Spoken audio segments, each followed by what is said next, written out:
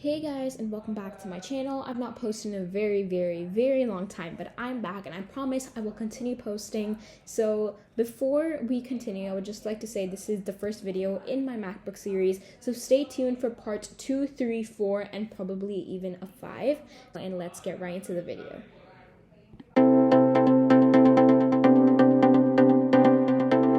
So the first thing we're going to talk about is system preferences and all the changes you can make there.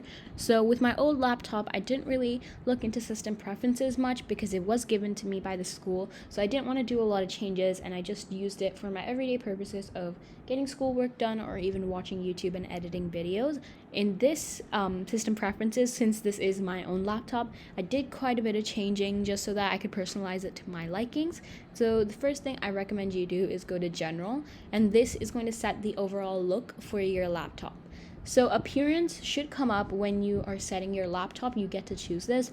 I chose light, but you could choose dark or auto. I think light just makes everything seem more calm for me, and it matches my theme and aesthetic I'm going for. Accent color, I've kept it at multicolor, but you can change it to a lot of different colors depending on what you want your laptop to look like. Highlight color is a main thing that I honestly love, and I found this from a video that I'll link down below. So highlight color is basically when you are highlighting something, like the link over here, it's light blue, and originally it's like this, I would say this darker blue, but now I change it to a color I like because my aesthetic for the laptop is light blue. So you could change it to many other colors. They give you options, or you can go to other and then click on a color that you like. Sidebar, I just kept it the normal size because I didn't want to mess with that too much. And then all of these are kind of just more things that you could go a little bit more detailed into, but I'm not going to be talking about these in my video. Now the next thing is dock and menu bar.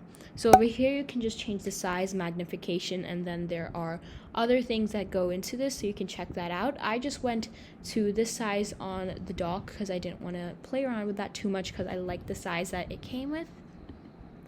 Next, let's talk about desktop and screensaver. So this is just how your desktop looks like and screensaver. So I chose this background which says "You're So Gorgeous" from Taylor Swift's song Gorgeous, and you can of course choose from the dynamic desktops, light and dark desktops, and then all the other pictures, or you can also choose a solid color, or you can even upload your own picture. And if you don't know how to do that, you can just drag a picture to your desktop, then drag it to where the question mark is or where a different image is. But now let's get into making icons for your folders. You should just create a normal basic folder, and the way to do that is a 2-finger click, and then you click on new folder and it's automatically made for you. Now you want to choose the type of icon you want, whether it's a color, an image of yourself, or even just lyrics like I have on my desktop. So what you're going to do is go to Google, open up a Pinterest page or just any page where you like to find good icons from, and then also Canva. If you guys know, I love Canva a lot. I use it to make my thumbnails, and I highly recommend you get it. Next, I would go onto Pinterest and then see any icons that I like. So this is actually my personal Pinterest account, not the one that I use for YouTube. The YouTube one I deleted, but you can still go see a couple of posts that I've made from the past, but there's nothing really interesting left on that Pinterest page, just to let you know. And now I'd go to my Pinterest account, and I've made a entire board about iOS pics. And over here, I just have a bunch of pictures that I like and that I think fit my theme, because my theme's light blue, but then occasionally I do like to add a pop of yellow to it. So I think for this one, I'm going to choose this image of flowers. And so I'm just going to click on it and then drag it out to my desktop. So first of all, I would go to Elements. Then you have to go to frames and then find a frame that you like. So you can actually choose any shape, which is a really great thing about this. And I would personally like to do a circle or like a blob like this. So I think I'm going to go with this one. And then I'm going to drag my image on. Okay, now I'm just going to hover it on top of that image and then make it as big as I can without going over. Okay, so now that that's done, I can just download it with a PNG.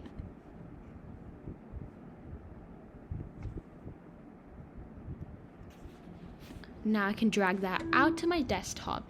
And now this next kind of steps are really important, so I would recommend that you pay attention to this. So I would click on the image now, click these two arrows, then I will click markup. After I'm at markup, I would click this little wand, and then I will click the white outside part that I don't want to include in my icon. And then I'm going to click delete. Make sure that you're not choosing your icon. Now I'm going to do Command A and then Command C. Exit this image. Then I'll go to the folder, two-finger click on Get Info. Then I will click on the folder image and then I'll do Command V. So now this is how my folder looks. So that is how you make your icon, and then of course you can do two-finger click and then rename it to whatever you want. For example, I can do school or YouTube, whatever you want to name it, and then you can just design other type of icons for your folders. So I'm actually going to rename this folder to YouTube real quick. And I'm going to drag these two clips onto this folder because these two are the first two clips of this video. So I'll just select both of them and then drag and drop into the folder. So now this folder has all my YouTube clips for this video.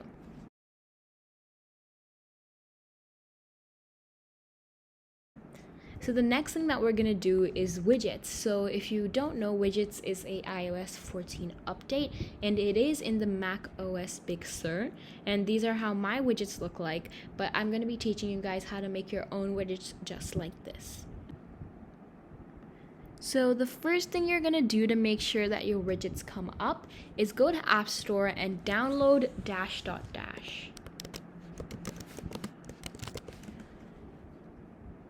So you can download dash on App Store. Just make sure that your Apple ID is synced. And so once you've downloaded dash, you can go to Launchpad and then click on dash. Then you can just go to Add Widgets. So this is basically an app that helps you make widgets, then name them, and Apple will automatically sync to this so that you can add your widgets to the sidebar. And so I can click on Add Widgets, and now I'm going to go onto Pinterest and maybe choose some images that I like. So here are all my saved images, and I really like this butterfly one, which is also my YouTube icon. So I'm just going to drag it to my desktop. Then the thing about dash is that you have to add the image to your photos. So just go two-finger click, share, and then add to photos. So it's automatically in your photos. Then you can go to set image and then choose the image you want. So I chose the butterflies, and then I can just name it to butterflies, and then I can save this widget onto my dash. Now if I want to add this widget to my sidebar, all I have to do is edit widgets. Then you can see over here on the side that one of the options is dash. It actually has a dash, a dot, and a dash, so you guys can click that. And then you can choose your size and say that I want a large one or a medium one, and then I can just click on the plus button, and then it automatically comes up. So dash only allows one widget to come up at a time, so you can make one at a time and then add it to your sidebar. So this is how all my widgets look like, and then of course you can add your practical widgets too.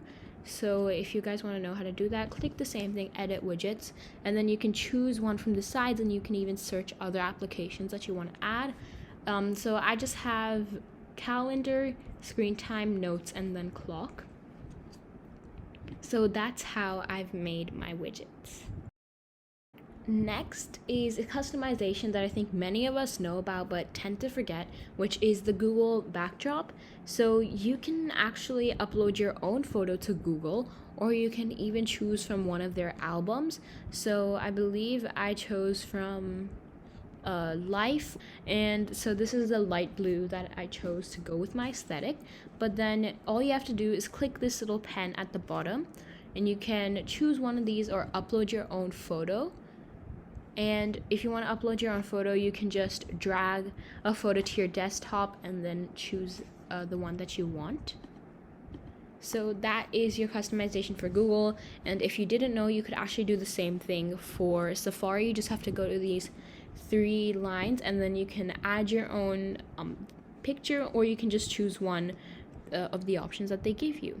Next thing we're going to talk about is backend system preferences. However, I kept this for the end because it is something that I did at the end for my customization, and it is what goes in the menu bar. So the menu bar is up here, and my menu bar I have sort of already customized, but I do want to add 1 or 2 more things. But if you want to add or remove things, you have to go to dock and menu bar, which we did go to before to talk about the dock size.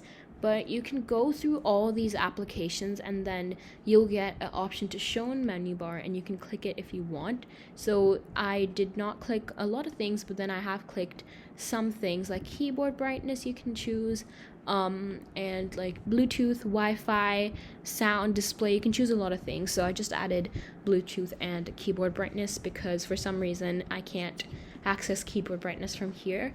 It doesn't work for me, but I'll figure that out myself. So that's really the last customization that I did. So yeah, that's it for today's video. If you enjoyed it, please give it a thumbs up. I have so many more videos coming in to do with this Mac, and I'll even give a update on how editing went, maybe by creating a short. So thank you guys so much for watching. If you enjoyed it, please subscribe and like this video, and I'll see you guys in my next one. Bye!